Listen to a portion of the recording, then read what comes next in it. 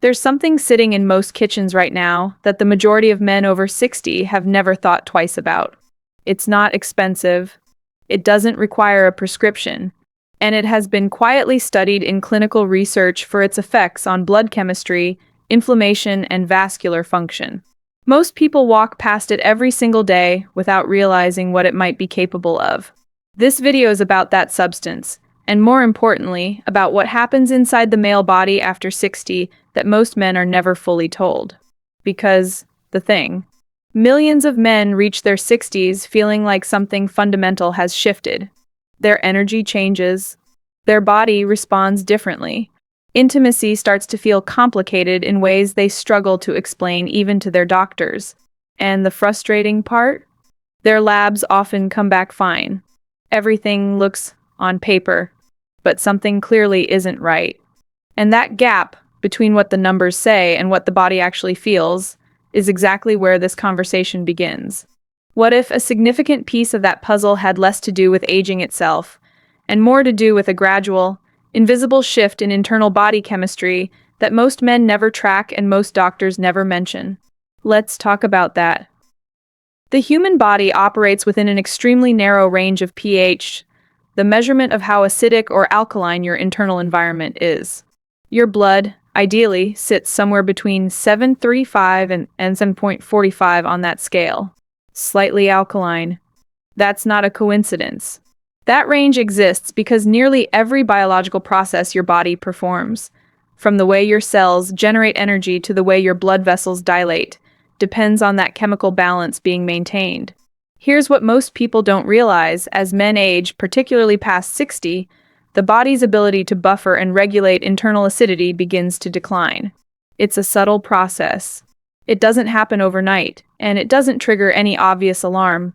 But over months and years, a slight drift toward acidity can begin to affect systems that men care deeply about: circulation, energy, hormonal sensitivity, and yes, sexual function. This isn't fringe science. Research published in journals, including the Journal of the American Society of Nephrology, has examined how low-grade metabolic acidosis, even the mild, subclinical kind, affects muscle function, kidney efficiency, bone density, and cardiovascular performance. The body quietly compensates for a long time. And then, gradually, it doesn't compensate quite as well anymore. So when a man over 60 notices that his endurance has dropped, that he feels heavier and slower than he used to, that his interest in intimacy has faded, or that physical arousal doesn't happen as reliably as it once did, one of the questions worth asking is, what's actually happening at the cellular level? Blood vessels are not passive pipes.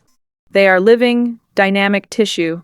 The inner lining of your blood vessels, called the endothelium, is one of the most metabolically active surfaces in the human body. It produces chemical signals that tell smooth muscle tissue to relax and contract. When those signals work correctly, blood flows freely. When they're disrupted by inflammation, by oxidative stress, by acidic internal conditions, blood flow becomes restricted. And that restriction has consequences. The most important of those chemical signals, when it comes to circulation and male sexual function, is nitric oxide. Nitric oxide is a small molecule produced by endothelial cells that causes blood vessel walls to relax and widen. It's the primary mechanism behind healthy erections. When your brain registers arousal, it triggers a cascade that leads to nitric oxide release, which causes smooth muscle and penile tissue to relax, allowing blood to rush in and create an erection. The problem is that nitric oxide production is exquisitely sensitive to internal conditions. Inflammation disrupts it. Oxidative stress depletes it. And acidic blood chemistry, the kind that quietly develops over years of dietary imbalance, reduced kidney efficiency, and the natural metabolic changes of aging, compromises the environment in which endothelial cells do their work. This is the biological context that makes baking soda, sodium bicarbonate, an interesting subject. Not because it is a cure or a treatment for anything, but because of what it does to internal chemistry. Sodium bicarbonate is the body's own buffering molecule. Your kidneys produce bicarbonate naturally as part of the process of keeping blood pH stable. When you consume baking soda in small, controlled amounts, you are essentially supplementing that natural system, giving the body a gentle assist in maintaining the alkaline balance it was always trying to preserve. This isn't a new idea. Sodium bicarbonate has been used in clinical medicine for decades, in dialysis patients to correct acidosis, in athletes to buffer lactic acid during intense exercise, and in various research contexts to examine its effects on metabolic function. The question researchers and health-conscious individuals have increasingly been exploring is whether its gentle, sustained use can support vascular health and general metabolic balance in aging adults. The answer, based on available evidence, is nuanced but genuinely interesting. A study published in the Clinical Journal of the American Society of Nephrology found that supplementing with oral sodium bicarbonate in older adults with mild kidney insufficiency, which is extremely common in men over 60, significantly slowed the progression of kidney decline compared to those who received no supplementation. Why does that matter for circulation? Because the kidneys play a central role in filtering blood, regulating blood pressure, and maintaining the acid-base balance that the entire vascular system depends on. When kidney function declines even mildly, blood acidity tends to creep up. And when blood acidity creeps up, endothelial function tends to suffer. It's a cascade, a slow, quiet one, but a cascade nonetheless. Now let's talk about inflammation, because this is one of the most underappreciated factors in male sexual health after 60. Chronic low-grade inflammation is present in virtually every major disease of aging: cardiovascular disease, diabetes, metabolic syndrome, and erectile dysfunction. These conditions don't exist in isolation. They share root causes, and one of the most consistent is an inflammatory environment in the blood vessels. Inflammation stiffens arterial walls. It reduces elasticity. It interferes with the endothelium's ability to produce nitric oxide. It increases oxidative stress, which further depletes nitric oxide. And over time, this cascade leads to reduced blood flow, not just to the penis, but throughout the body. Men notice it as fatigue, as brain fog, as reduced stamina, as the slow erosion of the physical confidence they once had. What's the connection to baking soda? A study published in the Journal of Immunology in 2018 from researchers at the Medical College of Georgia found that consuming a baking soda solution prompted the spleen to produce an anti-inflammatory response. Specifically, it appeared to shift immune cell behavior from a pro-inflammatory state toward a more regulatory, calming state. The researchers suggested this could have implications for inflammatory conditions affecting circulation and organ function.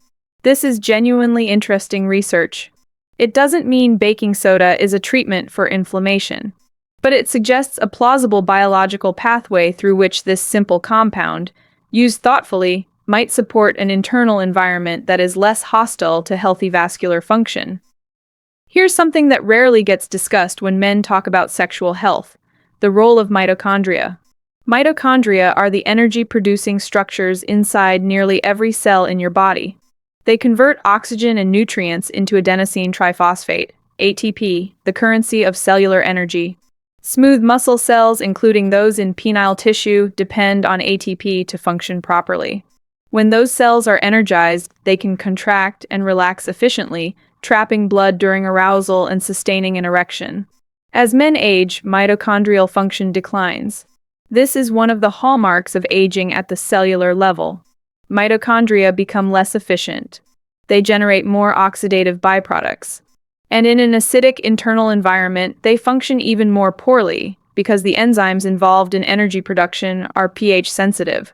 Research has shown that reducing internal acidity, including through bicarbonate supplementation, can improve mitochondrial efficiency in aging cells. This is one reason athletes use sodium bicarbonate to delay fatigue. By buffering the acid that accumulates during intense exercise, they protect their mitochondria and sustain muscle performance longer. The same principle, applied to the smooth muscle cells involved in erectile function, is scientifically coherent. A body with better acid-base balance and healthier mitochondria is a body that is better equipped to sustain the physical demands of arousal and intimacy. Let's pause here for a moment, because there's a psychological dimension to all of this that deserves honest attention. Sexual health and emotional confidence are deeply connected for men, particularly as they age. When the body begins to respond differently, When erections become less reliable, when energy drops, when desire fades, the psychological impact can be significant. Men often internalize these changes as personal failures. They embarrassed. They pull back from intimacy. They stop talking about it. And that silence tends to compound the problem. There's a physiological reason for this, too. Stress activates the sympathetic nervous system, the fight-or-flight system, which constricts blood vessels and actively works against arousal. A man who is anxious about his performance before intimacy even begins has already created a physiological environment that makes the outcome he fears more likely.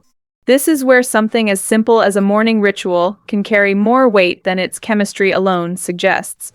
Not because baking soda dissolves anxiety, but because when a man starts taking intentional, informed steps toward his own health, when he moves from passivity to agency, something shifts in how he approaches his body and his relationships.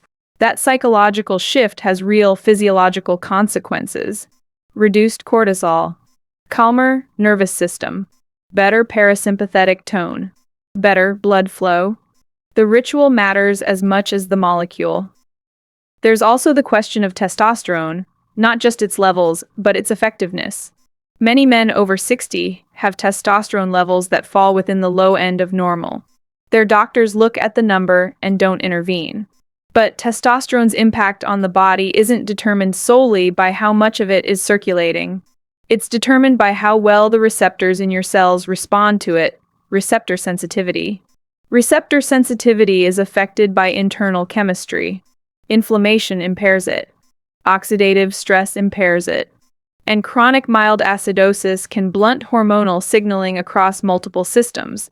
This is why some men can have technically normal testosterone and still experience low drive, low motivation, and reduced sexual function. The signal is being sent, but the receiving end isn't working efficiently. By supporting a less acidic, less inflamed internal environment, the body may be better positioned to actually use the testosterone it produces. This doesn't require pharmaceutical intervention. It doesn't require lab work to be abnormal. It requires attention to the foundational chemistry that governs how all hormones function. One of the most underrated aspects of sodium bicarbonate's effect on the body relates to something called the renin-angiotensin system, the hormonal axis that governs blood pressure regulation and vascular tone. Chronic low-level acidosis activates this system in ways that increase blood vessel constriction and raise blood pressure. By buffering acidity, bicarbonate may help reduce inappropriate activation of this system, supporting healthier baseline vascular tone. This connects directly to erectile function, because blood pressure regulation and penile blood flow are intimately linked. Many of the medications prescribed for high blood pressure, beta blockers, diuretics, actually worsen erectile function as a side effect. This is one of the cruelest ironies in men's cardiovascular health. The very treatment for the problem creates another one. Supporting vascular health naturally from the inside out through lifestyle, diet, hydration, and gentle internal chemistry optimization is not a replacement for medical care. But it's a legitimate, evidence-informed layer that too few men explore because no one tells them it exists. If you're wondering what practical use of baking soda actually looks like, here's the honest picture. The amounts being discussed are small, typically 1/4 to 1/2 teaspoon dissolved in a full glass of water, consumed on an empty stomach a few mornings per week. This is not about large doses or daily use. Baking soda is high in sodium, and excessive, unmonitored use can disrupt electrolyte balance, raise blood pressure, or interfere with stomach acid in ways that cause discomfort. Anyone with kidney disease, heart conditions, or hypertension should consult their physician before trying this. The benefit, when it occurs, is not dramatic or sudden. It's the kind of shift that happens when internal chemistry moves gradually in a healthier direction. Better circulation, slightly more energy, improved capacity for physical response. Some men notice changes in a few weeks. Others don't notice changes at all and find more benefit from other foundational practices. What enhances the effect?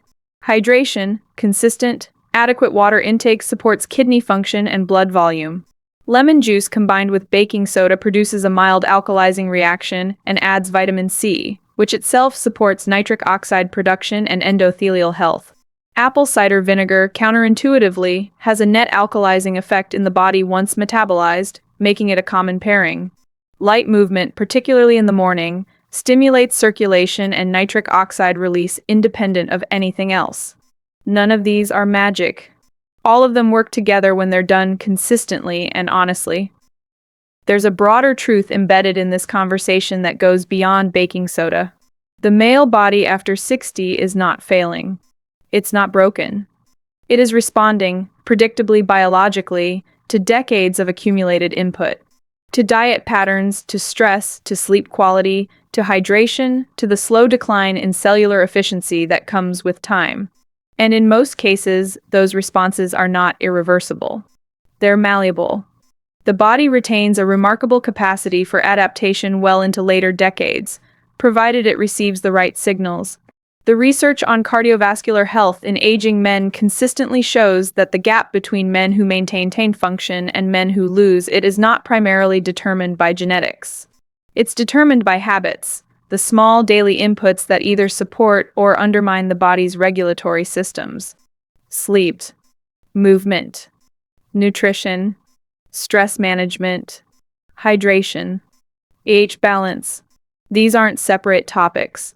They're one interconnected system. Baking soda is interesting because it sits at the intersection of several of those systems simultaneously. It touches pH regulation, inflammation, kidney support, mitochondrial function, and hormonal sensitivity, not through a single dramatic mechanism, but through a quiet, foundational one. It's not a solution in itself. It's a signal to the body that the internal environment is being tended to. What's worth sitting with as this video ends is not any single fact about baking soda or nitric oxide or blood pH. It's the larger pattern. The human body speaks in chemistry, and for decades, modern medicine has focused almost entirely on listening to that chemistry only when it becomes loud. When blood pressure crosses a threshold, when cholesterol hits a number, when symptoms become undeniable. But the body has been communicating long before those thresholds are reached. In quiet signals, in gradual shifts, in the slow drift of internal balance that happens when the foundational inputs aren't quite right. Men over 60 deserve to understand that language, not because it guarantees any particular outcome, but because understanding how your body actually works, at the level of blood vessels and pH and mitochondria and hormonal receptors, changes how you relate to your own health. It shifts you from passivity to agency. From confusion to clarity, from the frustration of feeling like something is wrong to the curiosity of asking why and doing something informed about it. That shift from not knowing to understanding is where health actually begins. Not in a supplement, not in a lab value, but in the decision to pay attention to what your body has been trying to tell you all along. If this gave you a new way of thinking about your body, share it with someone who might benefit. And keep asking questions. Because the men who age best are almost always the ones who never stopped being curious about how to do it well.